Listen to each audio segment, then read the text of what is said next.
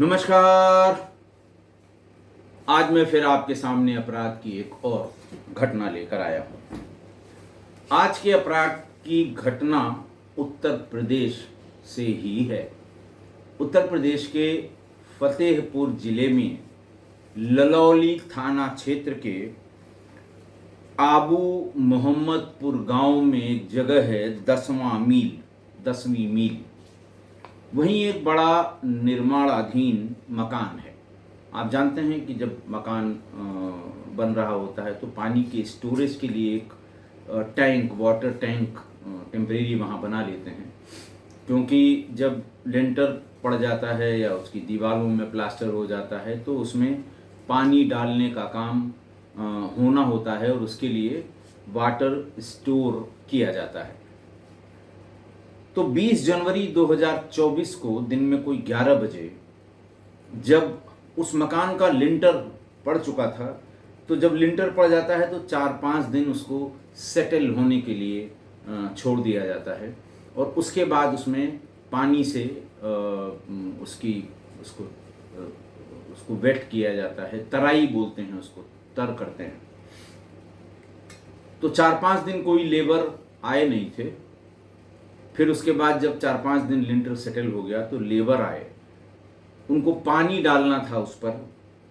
उन्होंने जैसे ही उस टैंक को, वाटर टैंक को खोला, उसको कवर करके लोग जाते हैं कि बच्चे न गिर जाएं उसमें।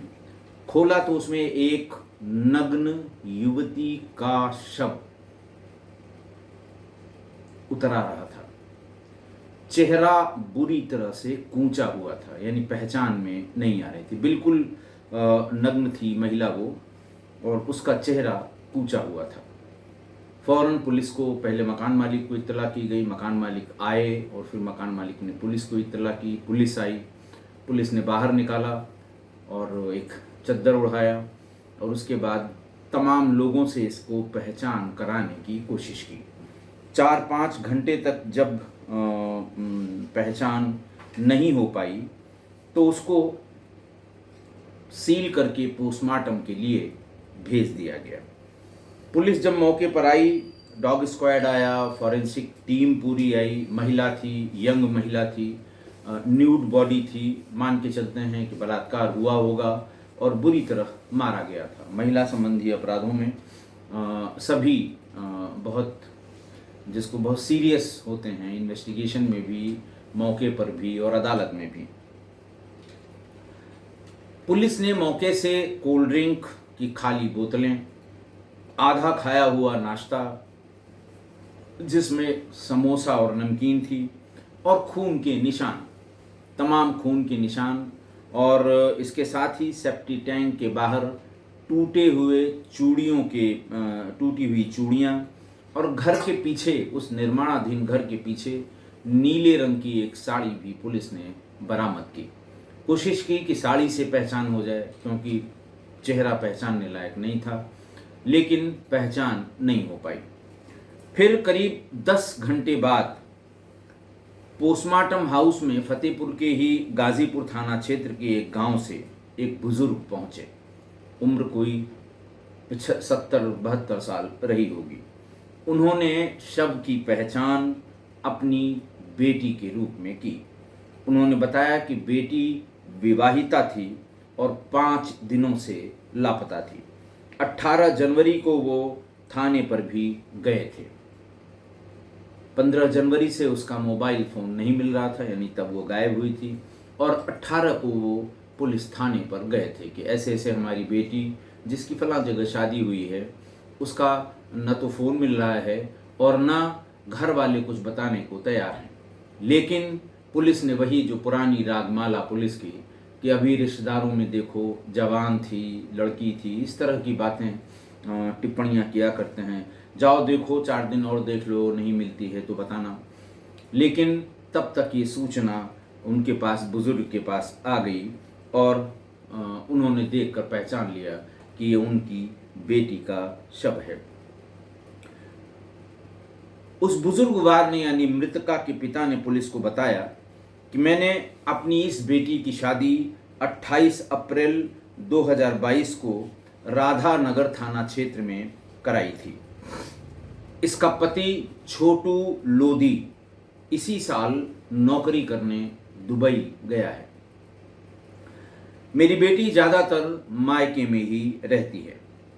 15 जनवरी को शाम को 4 बजे मेरी बेटी का चचेरा देवर और उसका एक दोस्त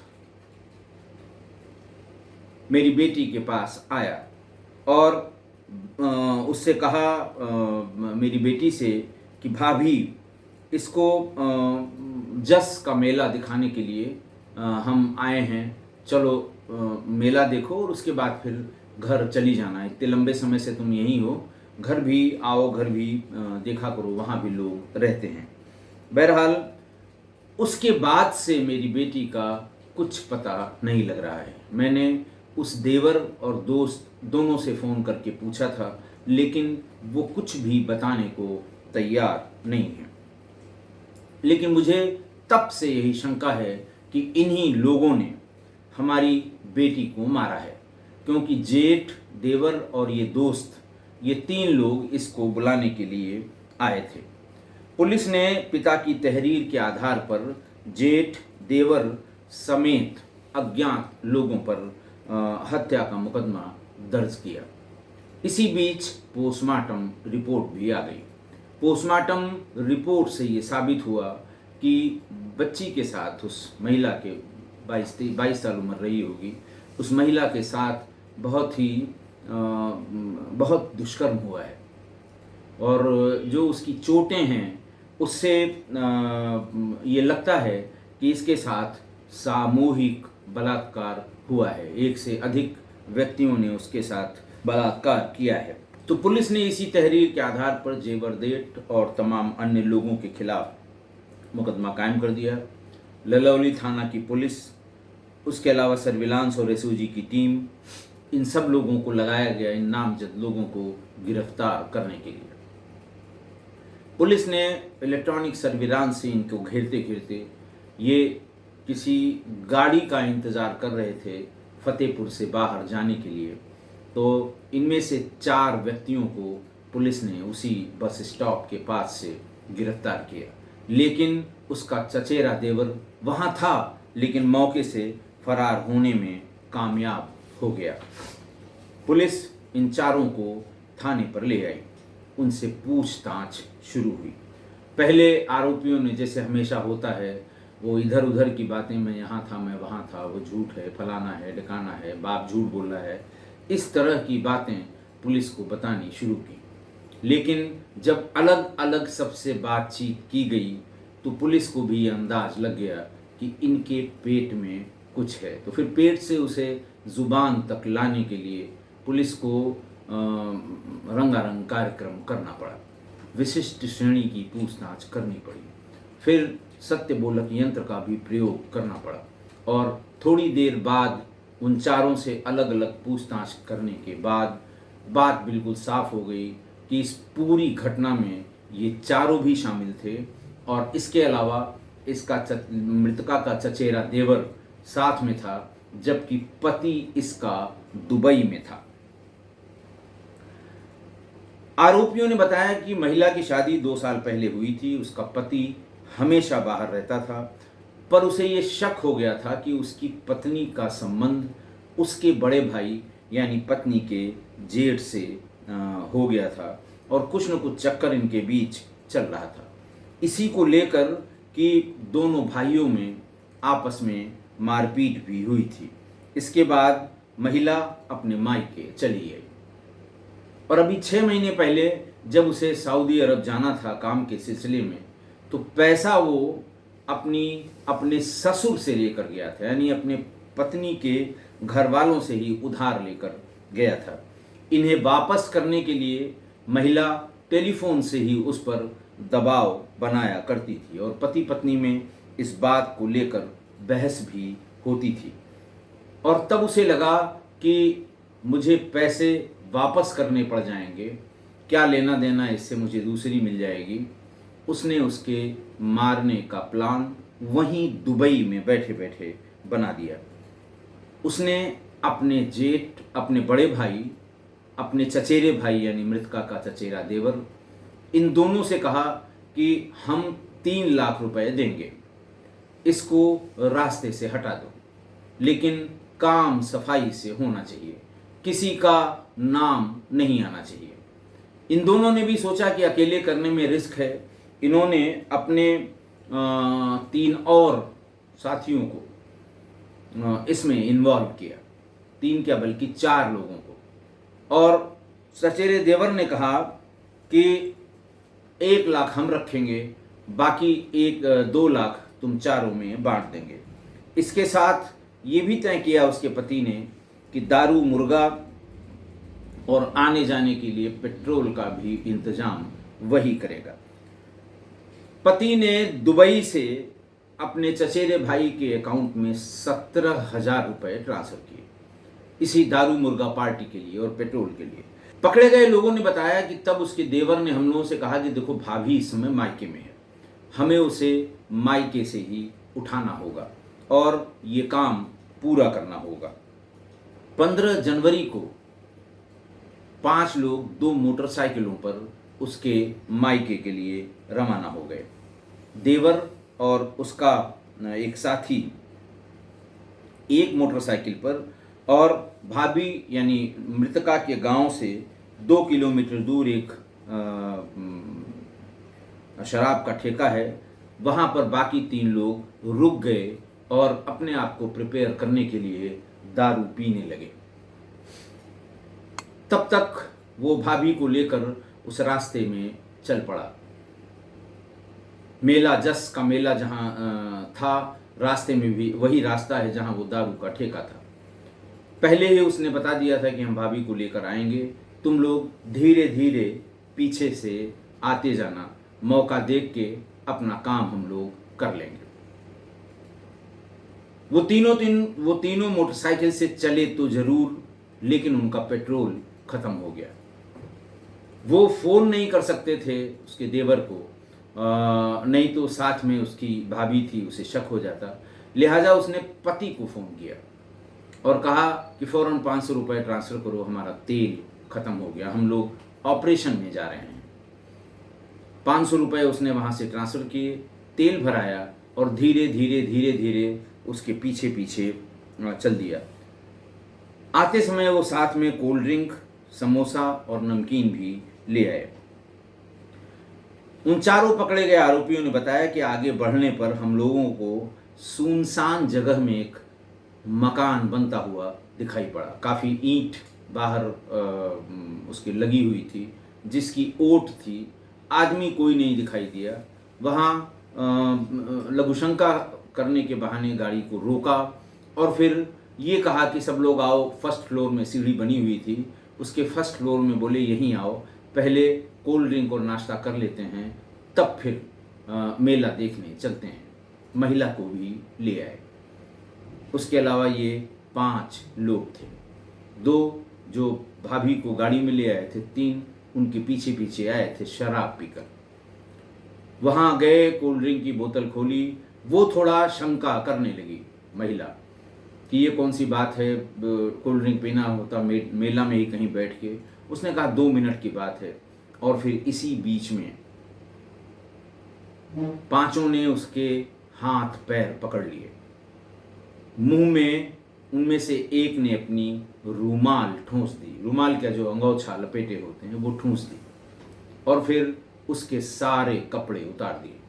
सबसे पहले उसके देवर ने उसके साथ बलात्कार किया, बाकी लोग खड़े होके देख रहे थे। फिर जेठ ने उसके साथ बलात्कार किया। बाकी लोग हाथ पैर पकड़े हुए, पैर बंधा हुआ था, दोनों हाथ पकड़े हुए थे। जब ये दोनों उसके साथ दुराचार कर चुके तो बाकी 3 ने भी एक एक करके उसके साथ दुराचार किया। फिर उसके बाद जेठ ने, निर्माणाधीन मकान था, ईंटों की कोई कमी नहीं थी। जब सभी ने बलात्कार कर लिया तो जेठ ने ईंट उठाकर उसके मुंह पर कम से कम 25 वार किए। ये बात पोस्टमार्टम रिपोर्ट में भी आई है कि महिला के सीने से ऊपर सिर तक कुल 25 चोट के निशान मिले हैं। बुरी तरह से उसको ऐसा करने के बाद कि पहचान न हो सके, ऊपर छत से ही उसे नग्न अवस्था में ही नीचे फेंक दिया। फिर ये सब नीचे उतरे और ये देखा कि ये पानी का वाटर टैंक यहाँ बना हुआ है, सेफ्टी टैंक की तरह। उसका पत्थर हटाया, देखा पानी बिल्कुल भरा हुआ है, उसे पकड़कर उसे पानी में डाल दिया और ये सोचा कि जब तक लेबर आएंगे देखेंगे तब तक हम लोग दूर निकल जाएंगे। फिर जब वो उसका सिर कूचने के बाद भी उन्हें ऐसा लगा कि इसकी सांस चल रही है, तो कैप में लगी हुई डोरी निकालकर उसके गर्दन में अच्छी तरह से कस दिया और वहां से फिर फरार हो गए। वहां के एसपी उदय शंकर सिंह बताते हैं कि मृतका का देवर अभी भी फरार है, पति दुबई में है। हम उसके देवर की गिरफ्तारी के लिए रेड कर रहे हैं, दबिश कर रहे हैं और पकड़ा जाएगा। पकड़े गए आरोपियों के पास से महिला का मोबाइल फोन बरामद हो गया है। दूसरी सबसे बड़ी बात एसपी उदय शंकर सिंह ने बताई कि महिला के पति का भी आपराधिक इतिहास है। वो 2015 में पिता की हत्या में जेल गया था और 3 साल जेल रहने के बाद छूटकर जमानत पर वापस आया था। फिर जब वो प्रेस को ब्रीफ कर रहे थे तो प्रेस वालों ने ये पूछा कि साहब मर्डर का मुलजिम था, जमानत पर बाहर है, केस ट्रायल पर है, ऐसे में पासपोर्ट कैसे बन गया? वैसे तो पासपोर्ट जो अप्लाई करते हैं उनके यहाँ पुलिस वाले नरक कर देते हैं कि ये लाओ, वो लाओ, फलाना लाओ, ठिकाना लाओ, थाने से ले आओ, यहाँ से ले आओ, वहाँ से ले आओ। बाकी सब आप समझदार हैं, समझ सकते हैं। ये बात एसपी उदय शंकर ने उस प्रेस कॉन्फ्रेंस में स्वीकार की कि ये जांच का विषय है कि हत्या के मुकदमे में का जो हत्या आरोपी है उसका पासपोर्ट कैसे बना, किसने वेरिफिकेशन किया थाने से, किसने जब इसकी एप्लीकेशन आई थी किसने रिपोर्ट लगाई, इन सब की जिम्मेदारी फिक्स की जाएगी। पति को गिरफ्तार करने के लिए जल्द ही एसपी ने बताया कि ब्लू कॉर्नर नोटिस जारी किया जाएगा और उसके बाद इंटरपोल के माध्यम से उसे सऊदी से गिरफ्तार करके लाया जाएगा, क्योंकि उसका बड़ा एक्टिव इन्वॉल्वमेंट इस क्राइम में है और देवर को हम गिरफ्तार कर लेंगे। बहरहाल इन चारों को गिरफ्तार करके जेल भेज दिया गया। आज की घटना देखिए, गैंग रेप ये ऐसा शब्द है, इसे सुनते ही सिहरन हो जाती है। एक से अधिक लोगों ने किसी महिला से बलात्कार किया। रेप का मतलब कि उसकी मर्जी के खिलाफ, उसकी सहमति के विरुद्ध उसके साथ दुराचार हुआ और वो इतना सब पति से झगड़ा या जेठ से झगड़ा होने के बाद भी वो बड़े कॉन्फिडेंस से जब वो लोग मेले के लिए लेने आए तो उसको लगा कि चलिए कुछ बात जो है पॉजिटिव डायरेक्शन में बढ़ रही है, देवर और जेठ दोनों ही मेला दिखाने के लिए ला रहे हैं। फौरन तैयार हो गई उसी कॉन्फिडेंस में और उनके साथ बैठकर मेले के लिए वहाँ से चल दी। लेकिन फिर जब उसे उस निर्माणाधीन मकान में ले गए तो देवर ने कहा कि मारना तो इसे है ही है और इसको मारने से पहले हम अपनी आत्मा तृप्त कर लेते हैं। फिर एक एक करके 5 व्यक्तियों ने उस मासूम सी जिंदगी के साथ बलात्कार किया, दुराचार किया। देखिए, लड़की तो बेहोश हो गई होगी, 5 आदमी बहुत होते हैं और थोड़े समय में इन 5 आदमियों ने जब उसके साथ बलात्कार किया होगा तो बेहोश तो वो बेचारी पहले ही हो गई होगी।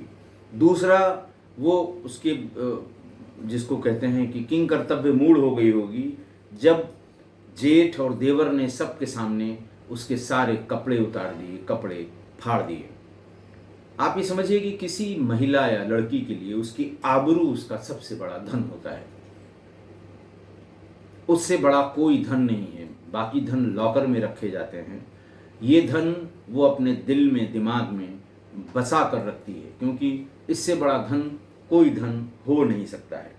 और जब अपनों के सामने उसकी आबरू और इज्जत से खिलवाड़ किया जा रहा हो, तो आप सोच लीजिए उसे तो जिंदा जी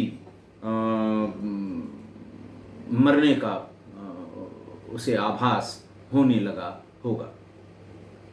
भाई ने फोन करके, मृतका के पति ने फोन करके अपने बड़े भाई से कहा था कि तुम बहुत उसके चक्कर में रहते हो और सफाई देते हो कि मेरा कोई चक्कर नहीं है। हम इस बात को तब सही मानेंगे जब तुम उसको पत्थर मारकर या जब तुम उसकी हत्या करोगे। लोग तो बहुत होंगे लेकिन मारोगे तुम ही, तब मुझे तुम्हारी बात का यकीन हो जाएगा। बलात्कार करने और सिर कूचने के बाद जब बड़े भाई ने बात की कि देखो मेरी बात सही थी, मेरा उससे कोई मतलब नहीं था, इसीलिए मैंने उसके साथ पहले बलात्कार किया, फिर सिर उसका कूच कर और फिर उसकी जान ले ली। बात भी बिल्कुल सही है। खुली जगह पर देवर और जेठ ने अपने अपने कारण से उसके साथ बलात्कार किया, तो बाकी 3 लोगों को लगा कि हमें भी, हमारे लिए भी मौका अच्छा है, हमें हाथ साफ कर लेना चाहिए, और इस तरह से 5 लोगों ने उसकी इज्जत के साथ घोर खिलवाड़ किया। अब ये नहीं समझ में आता कि समाज जा कहाँ रहा है। जंगल की व्यवस्था से भी ज्यादा जंगली व्यवहार किया गया उस महिला के साथ। उनकी सोचने की शक्ति खत्म हो गई थी कि उसके आगे क्या होगा, वो जो कर रहे हैं उसके आगे या उसका भविष्य क्या है। सिर्फ इतना ही नहीं है कि भाई ने कहा है मारना है तो मार देंगे, आगे की बिल्कुल नहीं सोची इन लोगों ने। पति भी आ ही जाएगा, पुलिस ले आएगी उसको इंटरपोल के माध्यम से। देवर भी बच नहीं सकता, यही 2 लोग हैं, बाकी सब पकड़े गए हैं। और इस नृशंस हत्याकांड में उन्हें लंबे समय तक जेल में रहना होगा। अच्छा, पति जो था, जो दुबई में है, वो तो आपराधिक मानसिकता का है, अपने पिता की हत्या की थी। शादी हो के आने के बाद लड़की को ये जरूर पता होगा कि इसने अपने पिता की हत्या की थी और 3 साल जेल में रह के आया था। तभी उसे अपने परिवार वालों को, अपने मायके वालों को सचेत कर देना चाहिए था कि ये आदमी ठीक नहीं है। मैं हमेशा बताता हूँ कि जिसका क्रिमिनल माइंड सेट हो तो उसके लिए वही कहावत चरितार्थ होती है कि चोर चोरी से जाए, हेरा फेरी से न जाए। तो वो जब उसकी मानसिकता ही क्रिमिनल है, मानसिकता ही उसकी आपराधिक है, तो वो तो सब करेगा, जब भी मौका लगेगा वो करेगा, और उसने किया भी। तो ऐसे आपराधिक मानसिकता वाले व्यक्ति से दूर रहना ही उचित होता है। आशा है आप मेरी इस बात से सहमत होंगे।